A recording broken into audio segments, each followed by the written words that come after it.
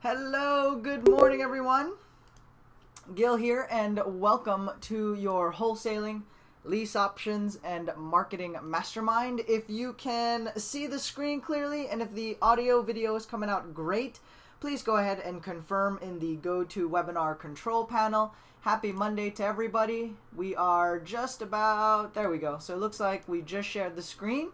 So fantastic. Hope you guys had an amazing weekend. Just a couple friendly reminders and updates. All replays do go on www.learntoinvestforfree.com. If you haven't already subscribed on our list, you can go ahead and do so by going to the main website and clicking on joining the daily sessions, right? There's a nice little logo on there that says live daily training. You can send in your questions via email. Okay, or you can also contact us directly on Facebook, right? So if we are already, if we're not already contacts on Facebook, I will go ahead and share my link here with everyone, and that way you can add me to your network. I can only receive messages from contacts on Facebook, so if you had sent me a message and I had not replied, please double check and make sure you send me a friend request first. Due to the high volume of messages and online activity that I do on Facebook, I do have a hyperactive spam filter, right? It's a Facebook thing, has nothing to do with my personal settings. And yes, so you can post your questions on here. Also, we do have a Facebook group. So I'm not sure if you were aware of that or if you knew about that. But we do have a Facebook group, and you can also post your questions. I do post any scheduled changes, updates, and announcements in our Facebook group as well. So you guys can go ahead and check that out. Make sure you are part of the group. If you do have a friend, business partner, staff, assistant, virtual assistant, somebody that's helping you out in the business that could benefit from these sessions, sharing is caring, feel free to refer these webinar support and training sessions to them. And you can also go ahead and add them to our Facebook group as well. So you guys should be able to see that here on the screen. I will start our backup recording, and we will jump into some of the questions that were already sent in, and we can get rocking and rolling this morning. Let me go ahead and touch base with Mr. Bill Rafter. Bill, how are things going over there for you? Hey, Gil, things are good, man. Excellent, excellent. Big good morning. How was the weekend? Hey, weekend was great. Weather was perfect, and it was good to be out and about. Nice. I know you're a big sports fan. You follow college basketball there in your area real closely. Have you been tracking or staying on top of some of the World Cup frenzy that's going on? Well, you know, I'm not really that much of a World Cup guy, but just kind of a passing. But yeah, it's great. I mean, it's exciting games. My brother's Mark is totally into soccer. In fact, he does soccer workshops nationally, internationally. He's headed to China in about 2 weeks. Very cool, very cool. Yeah, reason why I ask is, you know, Team USA is still in the running. There is hope for them. They could have actually beaten Portugal. They were leading, and Portugal scored in like the last few minutes of overtime, and it was a real close one. But Team USA is still in the running. Definitely some exciting stuff. I know everybody went crazy over here when we were watching some of the games. Yeah, well, that's great because you know, other countries just don't consider us to be football guys or soccer guys. So when we go across the pond and beat one of these teams and countries where soccer is a household word, it just really chaps their jaw. It's a big deal. Awesome. Did any questions come your way, Bill? Anything from the one-on-one, some of the consultations you're doing for some investors, or any of the joint venture markets that you are currently pursuing? Any urgent questions you wanted to address on the session, or was it a pretty quiet weekend and we can jump into the questions here this morning? Well, just a quick tip is, you know, and I know we've said this 100 times, but it was reemphasized again, you know, in a southern market. it's really important that you know what your laws are in your local areas. Because some states have laws that are totally 360 to what the laws are in other states, specifically dealing with owner financing and lease options and things like that. So it's really important that either through your Real Estate Investors Association or on your own research or through a real estate attorney that you get advice from before you initiate any new strategies, that you find out, what the laws are in your state and how they work and how you need to operate effectively, and keep yourself out of hot water and make maximum profit, not have to ever worry about looking over your shoulder whether or not you did something that's not in compliance with the law. So be sure you know what your laws are in regards to lease options and owner financing and, fixing and flipping and assigning wholesale deals and stuff like that. Find out how you can do business, make the most profit, and make sure you're in compliance. Back to you, Gil. Nice. And that's a nice little reminder. And, I got an email from somebody last week. We open our sessions so that, we can touch base and let out any important announcements or stuff that we feel or that, from feedback that Bill gets on any deals he's consulting on or anybody that he's coaching one-on-one. We're not particularly outing anyone, right? We're not trying to isolate one or two investors and call you out on this session. That's not the case. It's more of like, hey, these are common stuff popping up. Definitely take a look at it. Hint, hint, because some other investors are coming across some challenges, or this is a common scenario that is popping up. And, this is a common question that does get asked, especially when it comes to stuff like lease options, rent to own, owner financing, or some sort of creative investment or flipping strategy, right? With the courses that are for sale out there, if you notice, there's always that disclaimer that the course creator, the promoter, or the marketer says, check with your local authorities or have your documents reviewed. So basically, they're selling a course and it's a finished course, but at the end of the day, if it's not applicable in your market, then what good is that to you? How can you actually monetize that, right? Or can you even do those types of deals in your area? If you need to have a quick session reviewed or get some insight on your local market, maybe change up or take out some of these dated strategies or documents, do reach out to Bill and have a conversation to see if you guys are compliant on some of the deals that you are doing or the investment strategies that you are about to get into, especially if you're just starting out. All right, so here's an interesting scenario that came in from an investor, and this is on one of the other forums that I do check out regularly and moderate. I have a question scenario I'd like to pose to the group. You're married, you have children, you got mouths to feed, you got mortgage, rent, bills to pay, your family's depending on you. You are the only source of income. You have a job that works you 65 plus hours a week with a third shift because you're on salary, and they don't give a toot about you. I just copy paste these things. I do edit them, so if there's spelling changes, it's because I copy pasted it. I edit out some of the colorful language. We like to keep it PG on these sessions. Is extremely mentally draining. As soon as you get home, your kids are ready to go 100 miles an hour. My family are the most important people in my life. Me too. My kids don't have kids, but I can definitely relate to that. I have a lot of, we have a big family. You love real estate investing, and finding time to do any of it is like pulling teeth. The question is, what do you do? Where do you start? How do you manage? I'm not the only one out there in this boat. Any and all advice would be greatly appreciated. Well, for this particular investor, and for some of you that can relate to this particular scenario or situation, I got started in real estate while I was pulling a graveyard shift at working valet at a hotel. During the day, I would check into a different office because I had a graveyard shift, and then I had a day job that I would have to show up at every day at about 9:30, 10 o'clock in the morning. And so my time was extremely limited because of the workload and the jobs that I had. And for me, and for anybody in this common scenario, I recommend that you find other investors that you can partner with or tap into their business. Since they have systems in place, they have staff, they are full-time or have more time to work the leads that you generate. So in the 30 to 45 minutes or 1 to 2 hours that you have available for your real estate business, you really need to just focus on talking to sellers or pre-screening your leads.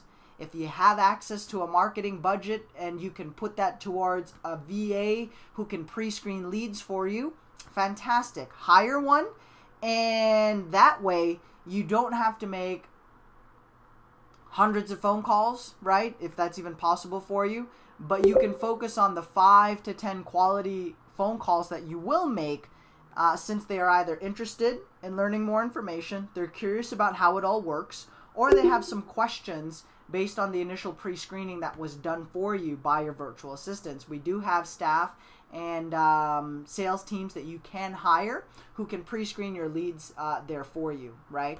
Or you can also just jump into a partnership program where if you cover the marketing, we'll be able to take the calls, pre-screen, and we can split the profits at the end of the day. Do message me on Facebook or contact me mainly on the website so that we can make sure that this is a good fit and get started, right? No, there's no startup cost when it comes to our partnership program.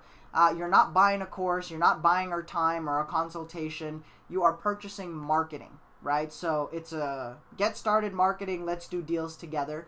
And we're doing this in markets that we are picking since we've done deals in them, all right? Unless you can make a compelling case why we should do deals in your local market, or if you have a better market that would allow us to do deals, then we can get rocking and rolling in that area. But if you're not quite sure why you picked that market, I would recommend let's go with a territory where we've made some money. That way you have a higher chance and likelihood to do deals, right? The gurus don't tell you that. And so do appreciate the conversations, especially those that are inquiring about the program. Hopefully we get the opportunity to earn your business and do some deals together, right? Bill, anything you wanted to add on to that, to those that are extremely busy? And some people may not have multiple jobs. Some people have like 10, 15, 20 kids at a time, and so their family lives are just really hectic.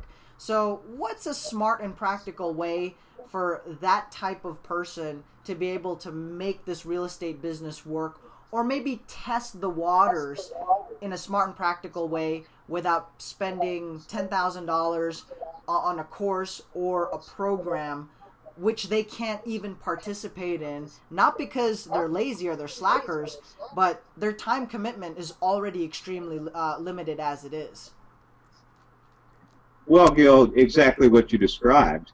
I mean, if they have some resources, and they probably do because they're working full time, and if they could afford, a couple $100 a month, then they can team up with, your team or with me or with somebody in their local market, and they'll provide the leads and the pre-screening and the leads, and the other individual's responsibilities are to take the leads, follow up on them, take a look at the property, make the offers, tie up the deals, and get the properties closed.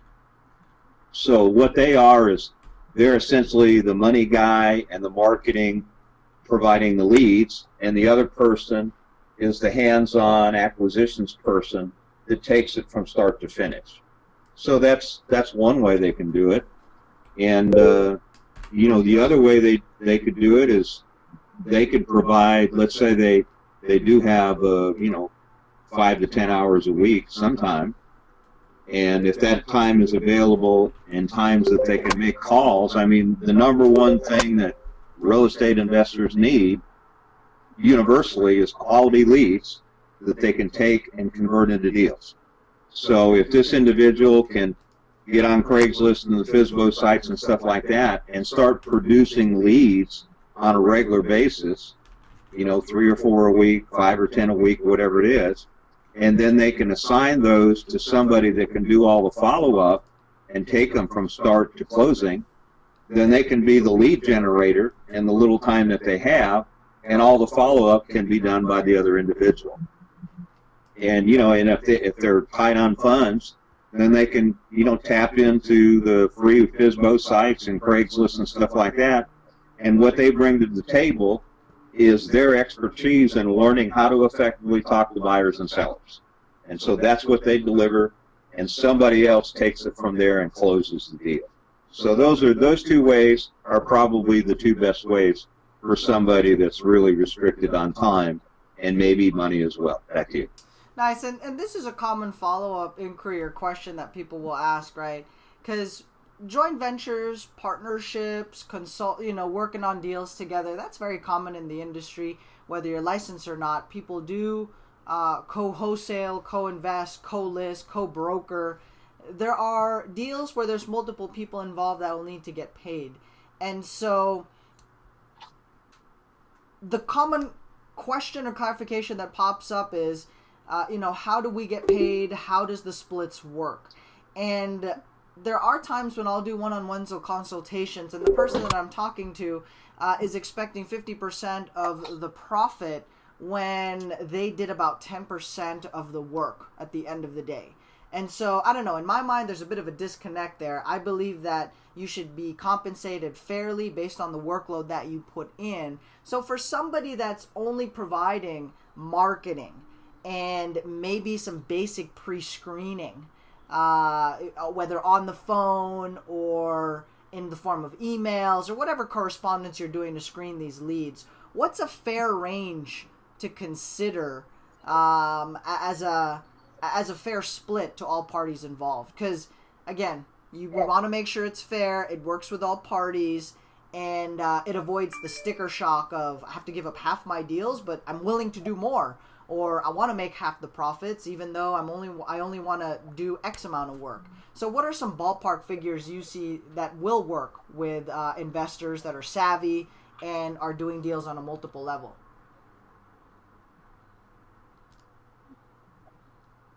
Are you asking me, Gil? Yes. Oh, sorry. Well, let's just take an example. Suppose that somebody is bringing the lead to the table, and that's it. I mean, they just delivered the lead to the table. Somewhere between 10 and 20% of the net profit on that deal would be what would be fair for somebody simply delivering the lead to the table. A lot depends on whether or not, they actually expend the funds to do that. But, as you know, to go ahead and negotiate the deal and do all the things necessary to bring it to closing, meet the investors, if it's a wholesale deal at the property, make sure escrow's open, get it closed, do all the logistics, do the follow-up. I mean, it's an enormous amount of work. It takes a significant amount of time. So you're doing essentially 80% of the work, and they're delivering 20% of the work. So 10 to 20% of whatever the net profit would be probably is fair in a situation like that if all they're doing is simply delivering a pre-screened lead, and then you're taking it from there. You're looking at the property, you're negotiating the deal with the seller, you're getting a contract signed and stuff like that. That, I think, 10 to 20% is probably fair on that kind of deal. Now, if they're involved in the deal, they're bringing the lead to the table, and they're also, willing to meet the buyer at the property and show the property and do the walkthroughs and that type of thing, and they're more involved in the transaction, and so they're taking on, 40 to 50% of the workload. Then under those circumstances, then I think a 50-50 split would probably be fair. The acquisition person is, they're going out, like the two girls in St. Louis. One gal handles the sellers, one gal handles the buyers.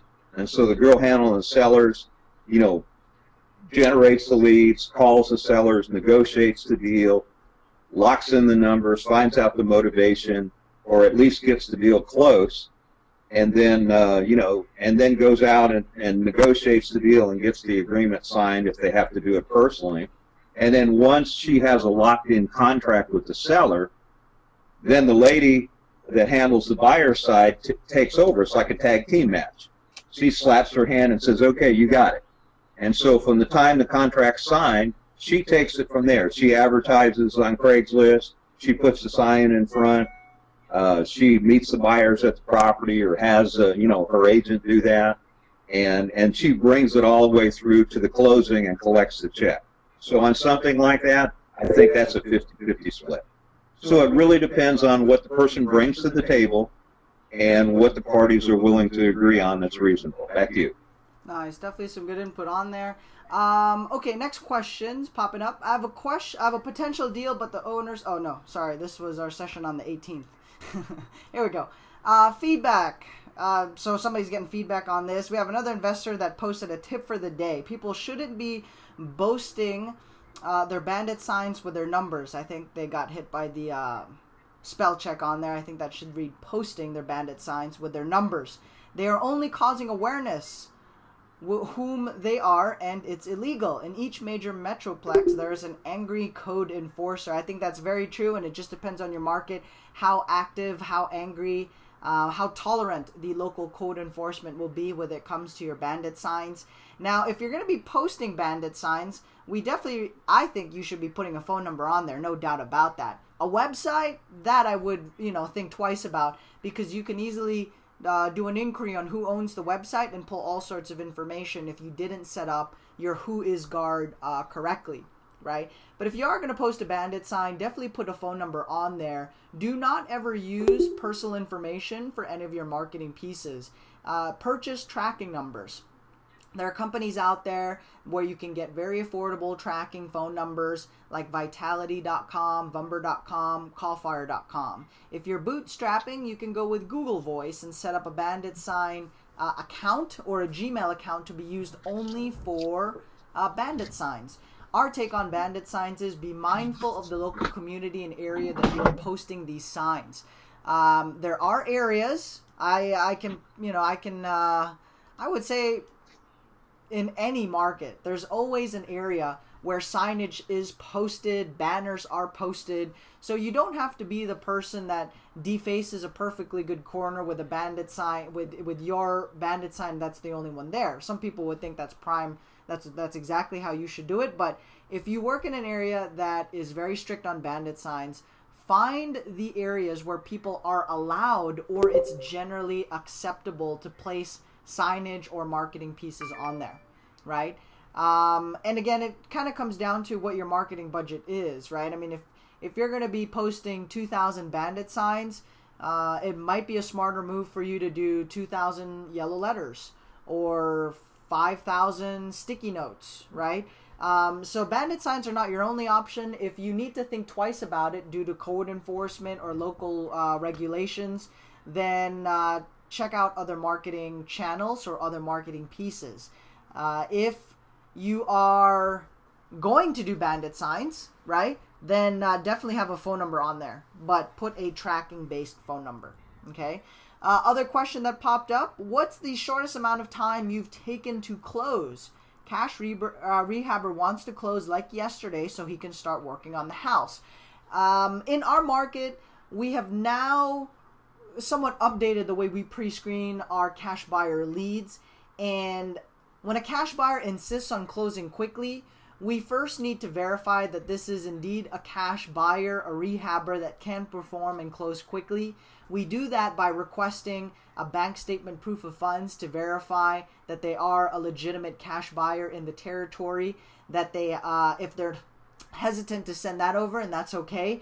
We like to find out how many properties they've purchased in what territory. Again, it shows signs of life, it shows proof of concept, and it verifies that this is a cash buyer rehabber that can perform.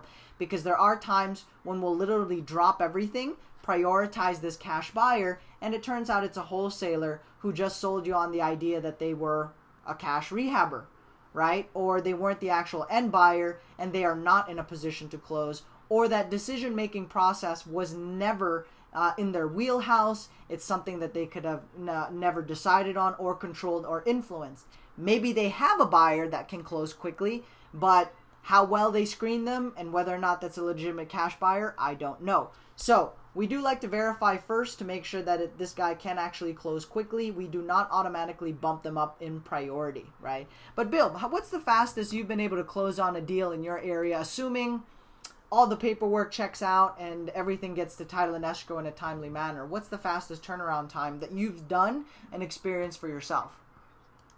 3 days, and it's just again, when you're doing things like that, you're generally dealing with somebody that you've done business with before. They're credible. You know that they've got resources. They can write a check from their credit line or from their bank account, and if the deal's right, they can close. Basically what we did, Gil, is picked up the phone and called the closing attorney and said, hey, we got this property, at 1234 Rose Street, and we want to close this thing with a cash deal. What's as soon as you can get it done? He says, well, I can run the title today. If the title's clear, we can close. This is Monday. We can close Wednesday. So it really depends on the title work and how busy your closing agent is and whether or not they can squeeze you in. But 3 days is usually the fastest I've ever been able to do it. Awesome. And you've got to be dealing with credible people that can actually perform. Nice. Again, just based on experience, what I've had to go through on cash buyer deals or on any lead, right?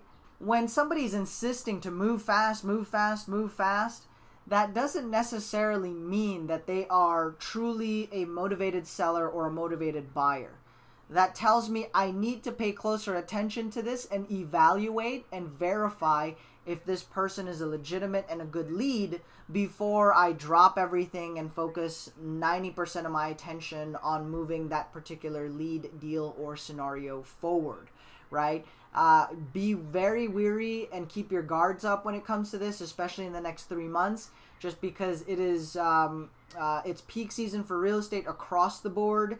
Marketing is at its highest levels. Real estate education companies are coming out in full force. And so you have a lot of everything coming at you during this time of the year, right? What we definitely recommend is get your marketing out, stay consistent. Somebody typed in here on closing third and fourth quarter. The deals we close in third, fourth quarter, or even in the first quarter of next year, we do get from marketing that we do during this time of year. So a lot of those are follow-ups, are changes in motivation, changes in situations, or they just come to trust and like us better after building that relationship over time. You do not spend an hour talking to a seller on the phone unless they're ready to do business or have signed docs and agreement. Instead of spending that 1 hour in one session, I prefer to break it down over multiple phone calls and follow-up emails. So let's say I spend about 5 to 10 minutes following up with the seller over the course of the month, right? That way it creates a repetitive sequence. It puts me at the front of the line. The seller somehow, comes to this conclusion and helps build that rapport and lowers that trust and is more effective in lowering those boundaries and being able to move a lead forward, as opposed to, again, just trying to hard sell them and talk like for an hour on the phone. So I'm going to do one last open call for urgent Q&A. We want to keep these sessions tight and concise. We do have one more scenario, but we already hit our 9:30 marker here, and so we will save that for tomorrow's session. Bill also has an interesting article to review regarding lease options. So Bill, I think we could save that for tomorrow's session, if that's okay with you. Let's review that a little bit on tomorrow's session. Your take on that particular content. Thanks for the confirmation, says Maria. Awesome. Mr. Barcel has inherited leads he looked up on white pages. Do you want our team to call those for him? You know what? Depending on the call volume, I say, yeah, let's do it. Assign it to the outbound telemarketing team and the sales team to go ahead and call on some of those. So on a daily basis, he can assign about 10 to 20 outbound leads for follow-up calls and pre-screening. And instead of Craigslist leads, let's prioritize those ones. That's fine too. So if we're doing pre-screening on his Google Voice leads, then we can add those on the outbound calling. That's super cool and totally okay. All right. Sorry about that, Bill. I asked for a phone number. They didn't reply. So let me try to follow up with them again. They sent me a message in my inbox. So let me see.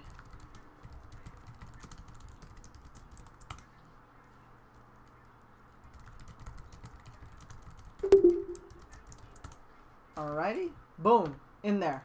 Alright guys, so we'll take on this particular scenario tomorrow. We will also review that particular content regarding the lease options and something to do with the IRS. So Bill's gonna, comment on that one a little bit or break it down, or at least get feedback from you guys as well if you've come across that particular content, how that applies in your particular area. With this particular scenario that we will move tomorrow, somebody came across, found a house, owner deceased, original owner. Daughter lived in it about 2 years ago, now deceased. House and 2 adjoining lots, all in the name of the original owner. Heard through the grapevine up until 1.5 ago was even being rented. So somebody is now renting out the property. What's the best way to find out who has control of the property? The city has it on a list of properties and with overdue taxes. We'll break down this scenario, things to look out for, how to pursue it or approach this particular lead. In the meantime, what I do recommend is that you continue to pursue this lead. You might be onto something here. It's on the overdue taxes list. There's been change in ownership. And it sounds like a good lead worth pursuing or worth looking into more and working, definitely. Now, if you have higher quality leads to work, bump those up. Do those first. If you don't, then make this your #1 priority. Yeah, that's fine. Even if it's not a clear JV market. So they need to get entered into Podio somehow. Advise the local investor to enter them into Podio, and then or get us a file, and our leads team can assign a good number of those on a daily basis. What should not happen is all of a sudden there's 100 leads to call from the get-go, right, out of the gate. We need to control or at least throttle it into a decent workload and pace since it's not a clear JV market, right? So we want to be able to stagger or at least work the leads. That way the sales teams and the telemarketers can also do follow-ups on those leads on a regular basis. And I know he's also doing some direct mail, right? So we want to balance it where the direct mail can come in. We can process and screen those first. And as the direct mail leads get processed and everything is completely caught up, then we can add other leads to call. Yeah, and it's just about a handful of them based on what I'm looking at here. So space them out, about 5 a day for something like that, right? Just to make room for the priority leads, which are direct mail and those responding to the telemarketing and text and email campaigns. All right. So thanks for hanging out here this morning, guys. My name is Gil. If you're part of our internet marketing training, I'll see you live at noon today. Otherwise, if there's anything urgent, do send us an email, or you do know how to get a hold of us at our office. And we'll see you on the next live session. Sharing is caring. If you do like what you see on here and it can benefit somebody you know or the teams and marketplaces where you're doing deals in, do invite them into our daily support and live training sessions.